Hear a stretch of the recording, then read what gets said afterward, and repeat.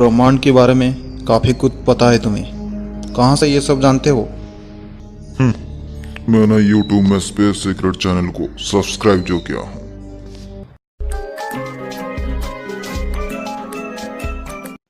Hello दोस्तों, स्वागत करता हूं आपको यूट्यूब चैनल स्पेस सीक्रेट में। दोस्तों, जैसे कि हम जाने हैं कि पूरी ब्रह्मांड में पृथ्वी ही एकमात्र ग्रह है जहां जीवन पलक रहा है। इसके अलावा और किसी भी जगह पे हमें जीवन की कोई भी सबूत नहीं मिला है। लेकिन ये जरूरी नहीं कि आज वहाँ जीवन ना हो। तो इसलिए मैं आज आपको 5 ऐसे जगह के बारे में बताना चाह रहा हूँ जहाँ जीवन अभी भी मौजूद हो सकता है, वो भी अपने ही सोलर सिस्टम में। तो बिना देरी करते हुए वीडियो शुरू करते हैं। जीवन के लिए कुछ चीज काफ़ी जरूरी होता है, जैसे कि पानी, ऑर्गेनिक मटेरियल्स, पर्याप्त वातावरण और एनर्जी सोर्स। अगर ये कहीं भी मिल जाए तो वहाँ पे भी जीवन हो सकता है, चाहे वो सूर्य से कितनी करीब हो या फिर कितनी दूर में क्यों ना हो। तो ऐसे में हमारी सोलर सिस्टम में कई सारे जगह मौजूद है जहां आज भी जीवन हो सकता है। लेकिन मैं आज आपको इस वीडियो में 5 ऐसे जगह के बारे में बताना चाह रहा हूं जहां जीवन मिलने की संभावना इनमें से सबसे ज्यादा है। तो आइए शुरू करते हैं। नंबर 5 में है गैनीमेड और कैलिस्ट्रो। दोनों में ये दोनों मून्स को एक ही प्लेस पर रखा हूँ क्योंकि इन दोनों की कंडीशन बिल्कुल बराबर का है। दरअसल ये दोनों जुपिटर्स की बड़े बड़े मून के अंदर आते हैं, जिनमें से गैनीमेड हमारा सोलर सिस्टम का सबसे बड़ा मून है। गैनीमेड और कैलिस्ट्रो की सरफेस के ऊपर हमें आइस दिखने को मिलता है और साइंटिस्ट को ये भी लगता है कि शायद उसकी सरफेस के अंदर एक आइस का एक बड़ा सा समुंदर भी हो सकता है, जो जियोथर्मल एनर्जी को इस्तेमाल करके जीवन का घर भी हो सकता है। आपको ये भी बता दूं कि पूरी सोलर सिस्टम में गैनीमेड ही एक ही मात्र मून है जहां उसका खुद का मैग्नेटिक फील्ड मौजूद है, यानी ये जुपिटर और सन के रेडियस से खुद को प्रोटेक्ट भी कर सकता है। नंबर 4 पे आता है प्लैनेट मार्स। दोस्तों, मंगल ग्रह हमेशा से लिए हम इंसान के लिए एक बड़ा उम्मीद रह चुका है कि शायद पृथ्वी के बाद ये हमारा एक दूसरा घर भी हो।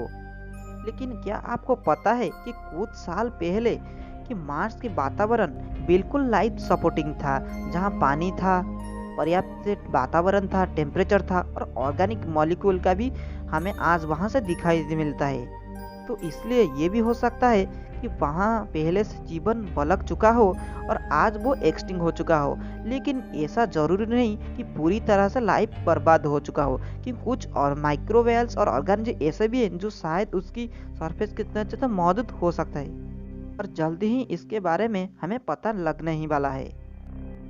इसके बाद नंबर 3 पे आता है टाइटन।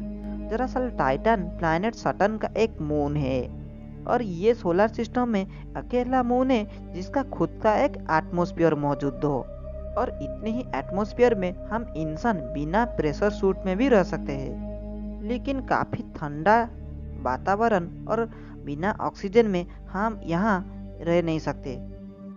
दोस्तों, आपको ये जानकर काफ़ी हैरानी होगी, टाइटन की लुक बिल्कुल हमारी पृथ्वी जैसा ही है। यहाँ आपको माउंटेन में देखने को मिल सकता है, जहाँ लेक और ओशियन में भी मौजूद है।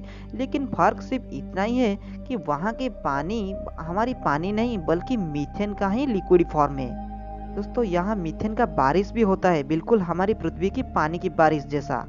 जिस तरह हमारी पृथ्वी में वाटर साइकिल मौजूद होता है, उस तरह टाइटन में ये मीथेन साइकिल होता है। मीथेन के अलावा यहाँ पर और भी बहुत सारे ऑर्गेनिक कंपाउंड्स मौजूद है, और एक सस्टेनेबल एटमॉस्फेयर की कारण शायद ये भी कुछ एलियंस का घर हो सकता है। लेकिन वो एलियंस हमसे कितनी अलग क्यों ना हो। इसके बाद नंबर 2 पे आता है सटर्न का एक और मून एनसेडेलस। दरअसल एनसेडेलस पूरी तरह से वाटर आइस से बना हुआ है, जिसके अंदर पानी का एक बहुत बड़ा समुद्र भी मौजूद है, और जियोथर्मल एनर्जी के कारण ये बहुत सारे एक्वाटिक लाइफ का घर भी हो सकता है। सिर्फ इतना ही नहीं, इस मून में हमें बहुत सारे ऑर्गेनिक कंपोनेंट्स जैसे कि हाइड्रोजन, ऑक्सीजन, कार्बन, नाइट्रोजन भी देखने को मिलता है, जो लाइफ सपोर्टिंग हो। इसलिए ये नंबर 2 पे है। इसके बाद नंबर 1 पे आता है यूरोपा। जुपिटर की ये आइसी मून पानी से ढका हुआ है, जिसकी सरफेस के नीचे एक बहुत बड़ा वाटर का समुद्र मौजूद है। अगर इसकी पानी को हमारी पृथ्वी के पानी से कंपेयर करते हैं तो ये पानी हमारी धरती के पानी से कहीं गुना ज़्यादा होगा। इसका एक और भी मौजूद है, जियोथर्मल एनर्जी से समुद्र को हीट भी मिल रहा होगा। ऑर्गेनिक कंपोनेंट्स और एनर्जी के मिलने के कारण यूरोपा भी हमारे लिए जीवन की एक बहुत बड़ा उम्मीद हो सकता है। दोस्तों, आप सोच रहे होंगे कि जब तक हम वहाँ गए नहीं तो वहाँ जीवन का परिकल्पना कैसे कर सकते हैं। तो इसलिए बता देता हूँ कि हमारी पृथ्वी में ऐसी भी जगह है जहाँ बिल्कुल वही कंडीशन पर भी लाइफ सर्वाइव करता है। समुद्र के काफ़ी नीचे जहाँ सूरज की रोशनी भी नहीं पहुँच सकता है, वहाँ भी आज भी कुछ माइक्रोवेव एग्जिस्ट करते हैं जो एनर्जी के स्वरूप जियोथर्मल एनर्जी को ही इस्तेमाल करती है। तो ऐसा कंडीशन यूरोपा और एनसेडिलस जैसे कुछ मून्स में क्यों नहीं हो सकता है, जबकि वहाँ की कंडीशन बिल्कुल अर्थ की समुद्र के नीचे की कंडीशन की बराबर ही है।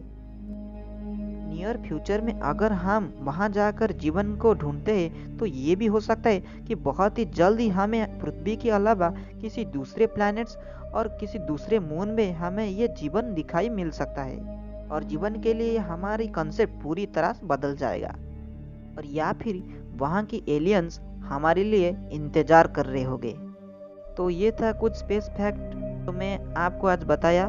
तो ऐसा ही स्पेस रिलेटेड इंटरेस्टिंग वीडियो देखने के लिए हमारे चैनल को सब्सक्राइब कर दीजिए।